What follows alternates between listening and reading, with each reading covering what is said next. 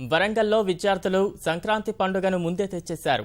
హన్మకొండలోని Vagdevi degree కళాశాలలో నిర్వహించిన సంప్రదాయాల సంబురాలు ఆద్యంతమలరించాయి. సాంప్రదాయం ఉట్టిపడే విధంగా విద్యార్థులు విభిన్న వస్త్రాలను ధరించి హంగామా చేశారు. జీన్స్ ప్యాంట్లు, ఆధునిక పోకడలకు స్వస్తి పలికిన యువతులు లంగా ఓణిలో మెరిసిపోయారు. యువకులు లుంగీలు, అలరించే వేషధారణతో ఆకట్టుకున్నారు. తెలంగాణ సంప్రదాయమైన బోనాలను ఎత్తుకుని శివసత్తుల నృత్యాలు చేశారు. సినీ గీతాలకు నృత్యాలు చేస్తూ హోరెత్తించారు.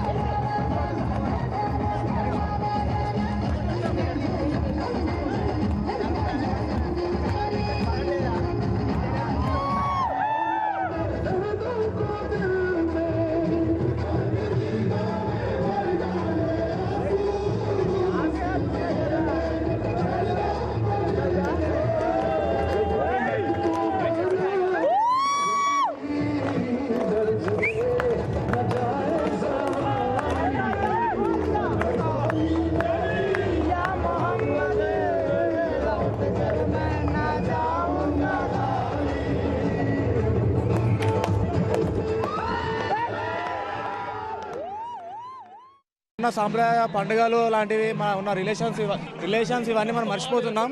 ఇలాంటివన్నీ గుర్తు ఉండాలి, ఇవన్నీ మనకు ఉండాలి, ఎప్పటికీ ఉంచుకోవాలని చెప్పి గుర్తు చేయడానికి ఇలా ట్రెడిషనల్ డే సాంప్రదాయ దినోత్సవం జరుపుకోవాలని చెప్పి అందరూ అనుకున్నారు. రాబో తరాల వారికి మన ట్రెడిషనల్ గురించి, సాంప్రదాయాల గురించి, దుస్తుల గురించి ఇతర వారికి తెలియజేయడానికి ఈరోజు మా కాలేజీలో ఇది కాలేజీలో సెలబ్రేట్ చేయడానికి చాలా సంతోషంగా ఉంది. ప్రతి ఒక్క పండుగని మన తెలంగాణలో ఎలా జరుపుకుంటారు అనేది చూపిస్తున్నారు.